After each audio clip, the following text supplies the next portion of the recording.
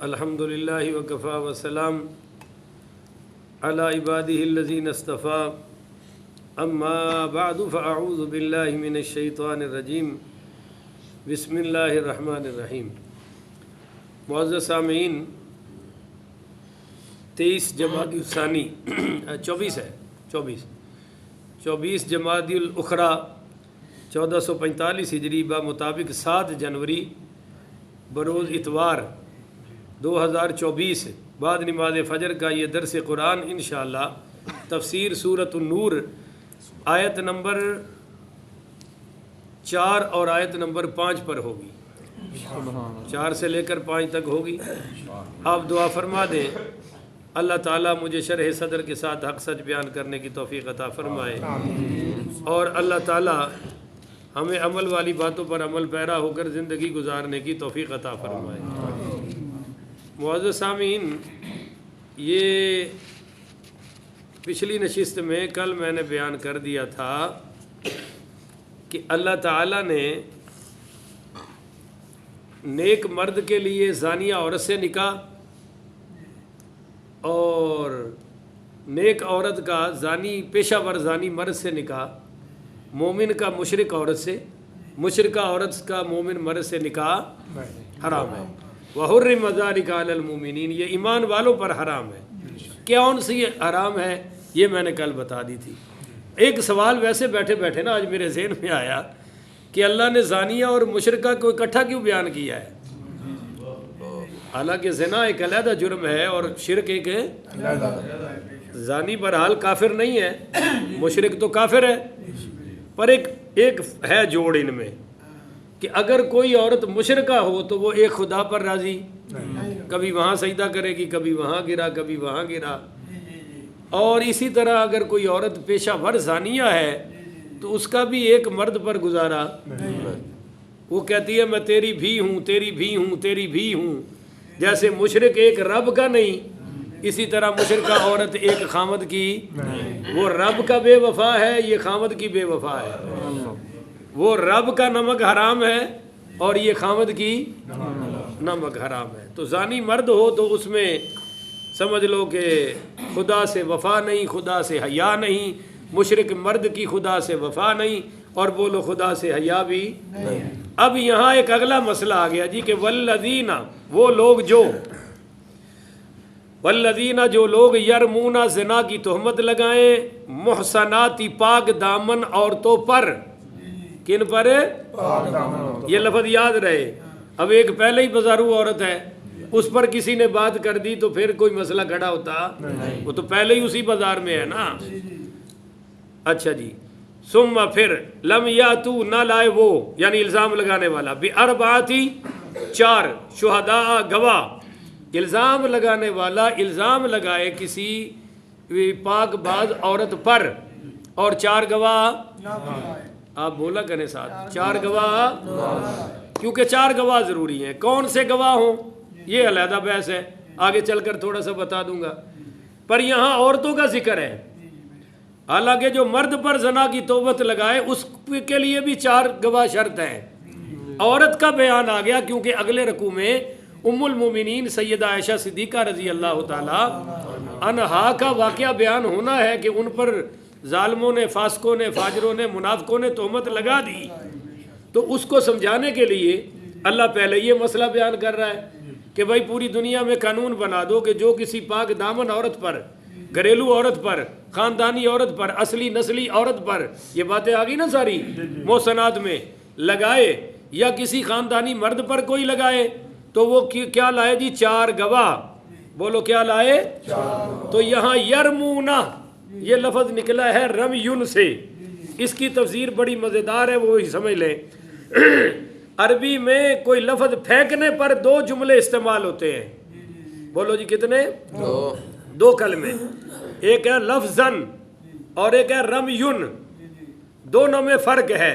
بغیر نشانہ باندھے اگر آپ نے کوئی چیز پھینکی تو اس کو کہیں گے لفظن، اور عام گفتگو میں جو بات بولی جاتی ہے اس کو لفظی کہتے ہیں۔ اور دوسرا ہے کہ آپ نے کوئی چیز نشانہ تاک کر، نشانہ باندھ کر ماری، اس کو کہتے ہیں رمیون، اسی سے رمی نکلا ہے نا کہ حاجی نشانہ، بھائی بولو تو صحیح، حاجی جو رمی جمرات کرتے ہیں تو وہ نشانہ باندھ کرے، نہیں کہ کوئی سجے مار رہے ہیں، کوئی کھبے مار رہے ہیں، کوئی اگے مار رہے ہیں، یہ کام نشانہ کے وہاں لگانا ہے، شیطان کو کنکریاں مارنی ہے۔ اچھا جی، تو اس کو کہتے ہیں نشانہ باندھ کر کوئی چیز پھینکی جائے تو رمیون۔ اس کی 5 صورتیں ہیں، بڑی توجہ سے سنیے گا۔ نمبر 1 بندوق سے گولی، یہ بھی بندہ نشانہ لا کے مار دے یا ایویں ٹھوک دینا ہے؟ ہاں نشانہ لگا کے۔ نمبر 2 کمان سے تیر، یہ بھی نشانہ لگا کے، یہ نمبر 2 ہو گیا نا جی۔ نمبر 3 غلیل سے وہ غلہ مارنا، تو میں بچپن میں وہ غلیل بڑی استعمال کرتا رہا ہوں، اور میرے نزدیک بندوق نالوں بھی زیادہ غلیل کا نشانہ لانا پہنتا ہے، بندوق کا لگانا آسان ہے، غلیل کا مشکل ہے۔ نمبر 4 ہاتھ سے پتھر، ہاتھ سے اور یہ بڑا کینچے کھیڑتے رہے ہو، میں بھی کھیڑتا رہا، یہ نشانہ بھی بڑا اوکھا ہوتا ہے۔ پھر اس دور 'چ ایک بڑا کینچا بھی آ گیا سی نا، وہ ذرا آسان ہوتا سی، پر چھوٹے نال چھوٹے نو مارنا یہ انہوں نے پوچھ لو آج کل یہ کھیڑتے ہونے نے۔ تو بہرحال یہ ہے جی ہاتھ سے پتھر مارنا۔ نمبر 5 زبان سے بات مارنا، زبان سے، تو آپ کا کیا خیال ہے؟ میرا خیال تو یہ ہے کہ زبان کا زخم سب سے زیادہ ہے، بندوق کا مٹ جائے گا، تیر کا مٹ جائے گا، پتھر کا مٹ جائے گا، غلیل کا مٹ جائے گا، پر زبان کے زخم کبھی مٹا کرتے، یہ بہت سخت ہے جی۔ اچھا اب اس کے لیے قرآن نے بہت سخت سزا مقرر کی ہے، قرآن مجید کی اس آیت میں زبانی رمی کے لیے سخت سزا مقرر کی گئی ہے۔ اب زبانی جو رمی ہے نا، رمی لسان، اس کی 5 قسمیں ہیں، بولو کتنی؟ نمبر 1 زبان سے گالی دینا، محض زبان سے، یہ زبان کا عمل ہے۔ نمبر 2 الزام تراشی کرنا۔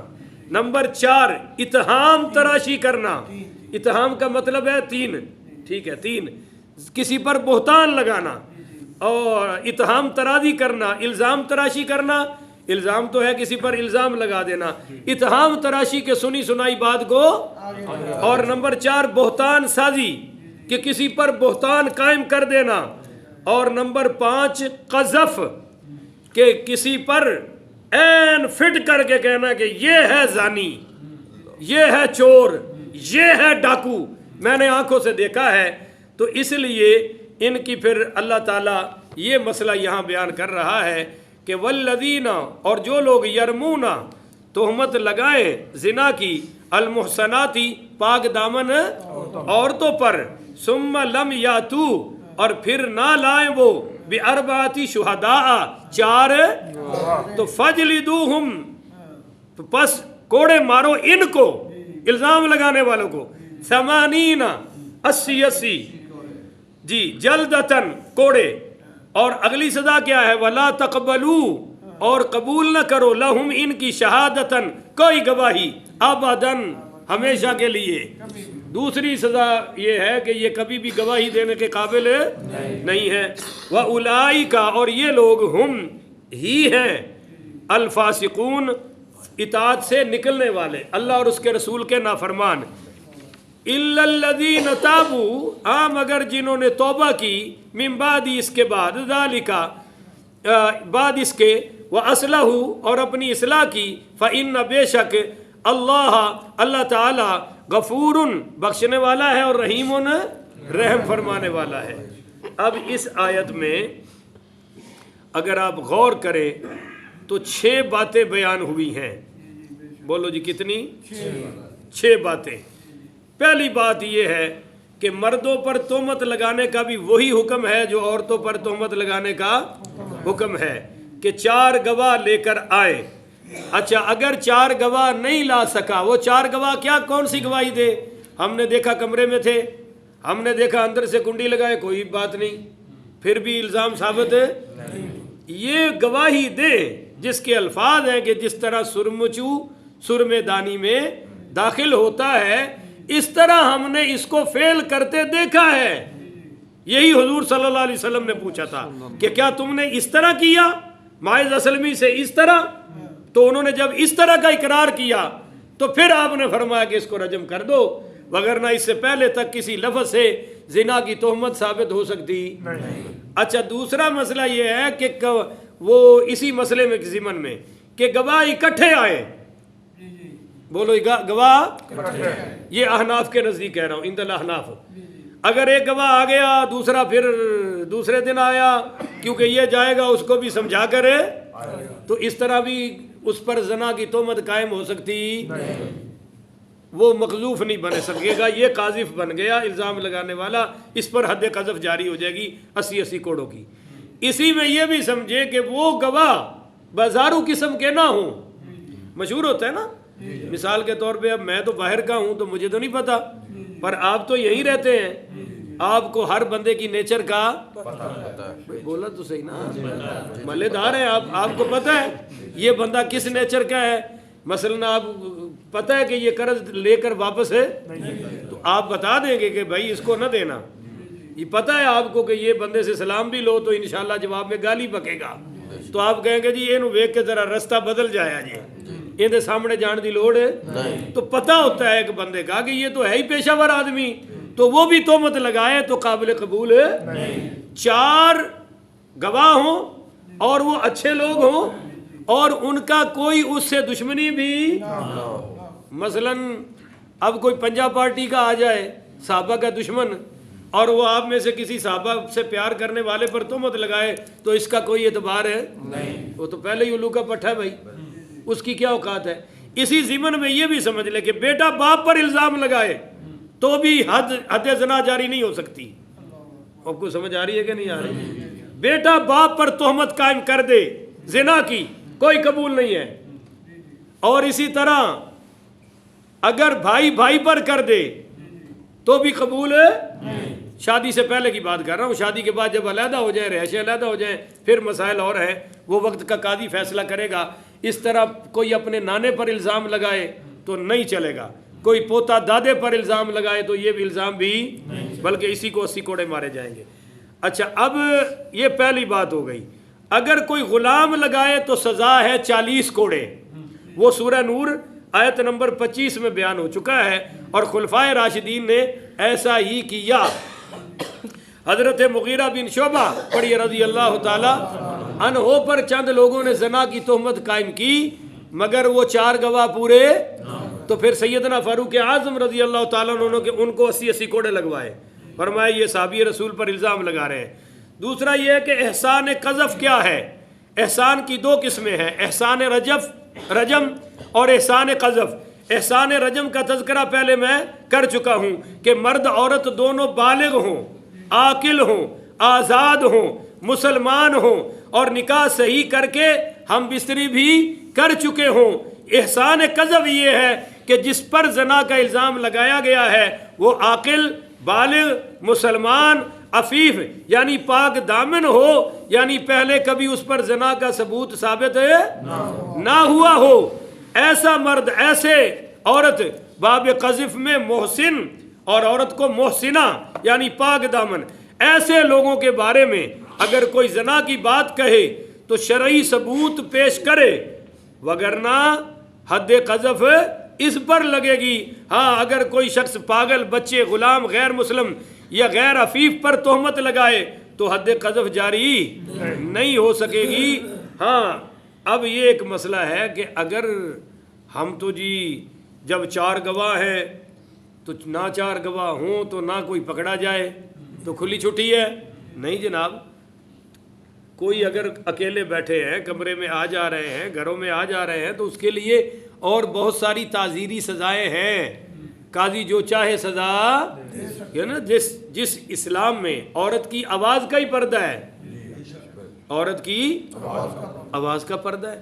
آج میں حیران ہو رہا تھا، میں نے وہ ریسرچ کی نا اسی صورت کی، اسی آیت کی، تو لڑکیاں درس دے رہی ہیں سورہ نور کی اور وہ یہ سارے مسائل بیان کر رہی ہیں۔ بھائی حضرت عمر نے یہ تو فرمایا کہ عورتوں کو سکھاؤ، یہ تو نہیں نا فرمایا کہ عورتیں زنا کے مسئلے ساری دنیا میں ریکارڈنگ کروا کے بیان کرتی پھریں، اس کی اجازت ہے؟ بولو نا۔ مگر میں نے دیکھا کہ وہ لڑکیاں اور خواتین یہ مسئلے بیان کر رہی ہیں، انا للہ و انا الیہ۔ محفلیں شروع ہو گئی خواتین کی، چلو اگر کوئی باپردہ خواتین میں خاتون جا کے بیان کرے تو کوئی حرج ہے، مگر جناب سیالکوٹ میں بورڈ لگے ایک عورت کی تصویر کے، جس طرح مرد مولویوں کے لگتے ہیں، ہم تو مردوں کے بھی اتنے شوقین نہیں تھے کہ یہ بھی کوئی اچھا کام ہے، پر چلو مرد تو قابل دید ہے، یعنی دیکھا جا سکتا ہے، عورتوں کے بورڈ لگ گئے، اب عورتیں خطاب کر رہی ہیں، محافل میں جا کر نعتیں پڑھ رہی ہیں، اور ان کی ویڈیو بھی، بولو نا، ہاں جی، یہ سارے کام شروع ہو گیا جناب۔ تو بہرحال ساری پابندیاں لگا دی کے بعد یہاں تک نہ پہنچے۔ تیسری بات یہ ہے کہ ثبوت زنا کے لیے 4 گواہ کیوں ضروری ہے؟ اس کی وجہ یہ ہے کہ زنا کبیرہ گناہ ہے، اور جس پر یہ ایک بار تہمت لگ جائے وہ دوبارہ معاشرے میں زندہ رہنے کے قابل ہے، وہ بیچارہ تو ساری زندگی منہ دکھانے کے لائق نہیں رہتا۔ تو جب یہ الزام بہت بڑا ہے تو اس کے ثابت کرنے کے لیے انتظام بھی بہت بڑا ہونا چاہیے تھا، اس لیے 4 گواہوں کی شرط رکھی ہے تاکہ کوئی بندہ بھی ایسے جرت نہ کرے، کسی کو کہنا تو حرامی ہے، کسی کو کہنا تو زنا کی پیداوار ہے، اور کسی کو کہنا تیرا باپ بھڑوا ہے، تیری ماں دلال ہے، وغیرہ وغیرہ۔ یہ ساری باتیں اسی بات میں آئیں گی کہ یا تو وہ ثابت کرے، نہیں تو پھر اس کو 80 کوڑوں کی سزا دی جائے۔ امام مالک رحمۃ اللہ علیہ کے دور میں ایک عورت غسالہ، مردوں کو غسل دینے والی، کسی عورت مردہ کو غسل دے رہی تھی، اچانک اس کی ران پر جب اس کا ہاتھ پہنچا تو چمٹ گیا۔ اب کافی دیر ہو گئی تو پتہ چلا جی کہ غسالہ کا ہاتھ اس کی ران پر چمٹ گیا ہے، جو کہ جدا ہونے والا نہیں ہے۔ اب وہ جو مردہ عورت کے وارث تھے وہ کہیں اس کا ہاتھ کاٹو، اور جو غسالہ عورت والے تھے وہ کہیں کہ بھائی اس کا ماس کاٹو، ہاتھ کیوں کاٹتے ہو؟ تو بہرحال یہ سوال چلا گیا امام مالک رحمۃ اللہ علیہ، اس وقت وہی سب سے بڑے عالم تھے، کہ حضرت اس کا کیا حل ہے؟ حضرت نے فرمایا میں وہاں جا کے مسئلے کا حل بتاؤں گا، یہاں تمہیں بتا سکتا؟ تو امام مالک تشریف لائے، پردے کی اوٹ میں پوچھا بیٹی جب تو اس کو نہلا رہی تھی اور تیرا ہاتھ یہاں پہنچا تو کیا تو نے کوئی زبان سے بات کہی؟ کوئی بول تو نہیں بولا؟ کہنے لگے جی ہاں میں نے کہا یہ فلاں کے ساتھ ایسی ویسی تھی، فلاں کے ساتھ بری تھی۔ تو فرمایا بیٹی تیرے پاس کوئی دلیل ہے، کوئی 4 گواہ ہے؟ کہنے لگے جی میں نے تو سنی سنائی بات کی ہے، میرے پاس کوئی دلیل ولیل کوئی گواہ نہیں۔ تو امام مالک رحمۃ اللہ علیہ نے فرمایا کہ یہ تو اس پر حد قذف جاری ہوگی، یعنی اس کو 80 کوڑے لگائے جائیں گے، اور جب تک 80 کوڑے نہیں لگاؤ گے یہ ہاتھ جدا ہو سکتا۔ چنانچہ اس عورت پر 80 کوڑے جاری کیے گئے، جو ہی 80واں کوڑا لگا تو ہاتھ خود بخود جدا ہو گیا۔ سوچ سمجھ کے بات کریں یار، کسی کی بیٹی کے بارے میں، کسی کے بیٹے کے بارے میں، کسی کی ماں بہن بہو بیٹی کے بارے میں ہمیں زبان سوچ سمجھ کر استعمال کرنی چاہیے۔ جب ہمارے پاس گواہ ہی نہیں ہے تو ہمیں سنی سنائی بھی بات آگے پھیلانے کی ضرورت ہے۔ صحیح بخاری میں روایت آ رہی ہے کہ تمہارے جھوٹے ہونے کے لیے اتنی بات ہی کافی ہے کہ تم سنی سنائی بات کو آگے پھیلا رہے ہو۔ اچھا جی، یہ 3 باتیں ہو گئی جناب۔ چوتھی بات، 4 کی گواہی شرط ہونے سے مجرم کو راحت نہیں ملے گی۔ مجرم سوچے گا 100 بار کہ اگر میں نے تہمت لگائی تو 4 گواہ پورے کرنے پڑیں گے، لہذا وہ الزام لگانے کی ضرورت ہے۔ پر یہاں تو اسلامی سزائیں ہیں ہی نہیں ہیں۔ اگر پاکستان جیسے اسلامی ملک میں اسلامی سزائیں نافذ ہو جائے تو کسی کو یہ کرنے کی ضرورت ہے؟ وہ سوچے گا بھائی جب 4 گواہ ہی نہیں ہیں تو میں یہ بات کر سکتا نہیں ہے۔ اچھا جی، 5ویں بات یہ ہے کہ اللہ فرما رہا ہے کہ جو الزام لگائے اس کی کبھی بھی شہادت قبول نہیں ہوگی۔ اب یاد رکھیں 2 سزائیں ہیں۔ جھوٹا الزام لگانے والے کی پہلی سزا کیا ہے کہ 80، اور دوسری سزا کیا ہے؟ اس کی کبھی بھی گواہی قبول، اس کو مردود الشہادہ قرار دیا گیا ہے، اور آیت کریمہ میں حد قذف کا تکملہ رد شہادت کو قرار دیا۔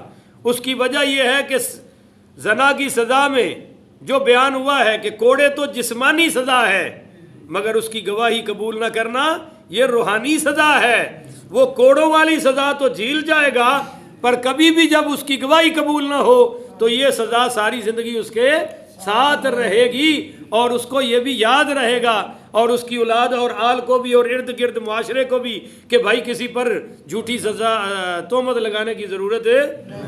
اور چھٹی بات یہ ہے کہ علماء کا اس میں اختلاف ہے کہ جب حد جاری ہو گئی، اور قرآن یہ کہہ رہا ہے کہ الا الذین تابوا، وہ توبہ کر لے، من بعد، اس کے بعد، ذالک، اس فعل کے بعد، واصلحوا، اپنی اصلاح کر لے، فإن اللہ غفور رحیم، تو اللہ درگزر کرنے والا، معاف کرنے والا، رحم کرنے والا ہے۔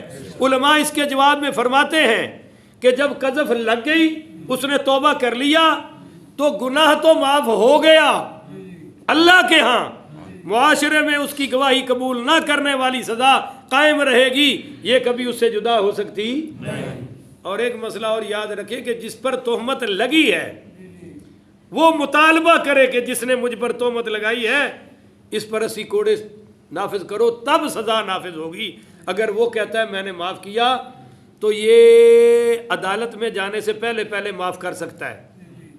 جب معاملہ عدالت میں پہنچ جائے تو پھر یہ اللہ کا حکم ہے، پھر یہ کہے میں واپس لیتا ہوں، اس کو سزا نافذ نہ کرو، تو اب یہ معافی دینے کا مختار ہے نہیں، کیونکہ میرے نبی کریم صلی اللہ علیہ وآلہ وسلم نے فرمایا جب تم کسی کا گناہ دیکھو تو وہیں پردہ ڈال دو، اور اگر مجھ تک لاؤ گے اور ثابت ہو جائے گا تو میں اللہ کی حد نافذ کروں گا، میں پھر کوئی معافی شافی تو پہلے اگر وہ کہے کہ تو نے الزام لگایا میں رفع دفع کرتا ہوں تو کر سکتا ہے، پر جب عدالت میں بات پہنچ جائے اور کیس ثابت ہو جائے تو پھر یہ بھی معاف اس کو کرا سکتا نہیں، پھر تو حد لگے گی اور لگ کے رہے گی۔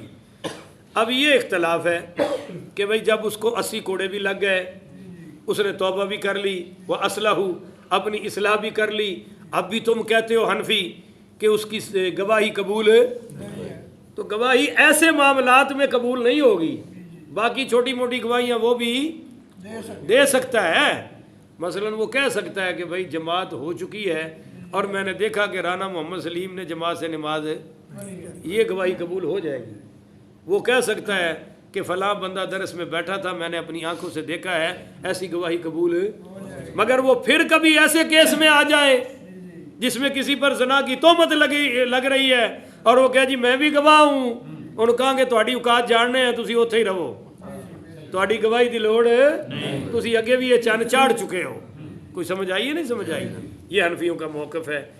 اس کی وجہ یہ ہے کہ یہ جو آ رہا ہے نا کہ الا الذین تابوا من بعد ذلک واصلحوا، یہ الا اللہ کا استثناء جو ہے یہ سابقہ دونوں جملوں سے ہے یا صرف آخری جملے سے ہے؟ امام شافعی رحمۃ اللہ علیہ کے نزدیک یہ دونوں جملوں سے استثناء راجح ہے، اور امام اعظم ابو حنیفہ رحمۃ اللہ علیہ فرماتے ہیں کہ یہ جملہ اخیرہ کی طرف ہے، یعنی توبہ سے اس کا فسق، اس کا گناہ ختم ہو جائے گا اور آخرت میں وہ سزا نہیں پائے گا۔ پر رہا دنیا میں رد شہادت کا معاملہ تو وہ اس پر قائم رہے گا کہ اس کی گواہی قبول نہیں کر سکتے۔ امام اعظم رحمۃ اللہ علیہ، امام اعظم ابو حنیفہ کی ایک دلیل ہے کہ فجلدوا اور لا تقبلوا، یہ دونوں جملے انشائیہ ہیں اور دونوں کے مخاطب حکام ہیں، حکمران ہیں، اس لیے فرمایا کہ اس لیے لا تقبلوا لا حکم فاجلدوا کا تتمہ ہے، اور وہ جملہ انشائیہ ہونے کی وجہ سے تکملہ بننے کی صلاحیت رکھتا ہے، اور اولائی کا یہ جملہ خبریہ ہے اور اس کے ذریعے عطف کیا گیا ہے جو فی الجملہ مغایرت کی کو مقتضی ہے، اس لیے وہ حد کا تکملہ بننے کی صلاحیت رکھتا نہیں۔ نہ حکام اس جملے کے مخاطب ہیں، اللہ کا استثناء دونوں جملوں کی طرف راجع نہیں ہو سکتا، بلکہ اس کا تعلق صرف قریبی جملے سے ہے۔ اور ایک موٹی سی بات ہے کہ جب لا تقبلو کے ساتھ ابداً کی قید لگ گئی کہ لا تقبلو لہم شہادتاً ابدا، کہ کبھی بھی جب تک یہ زندہ ہے اس کی گواہی قبول ہے، تو اب اس کے کوئی استثناء ہو سکتا؟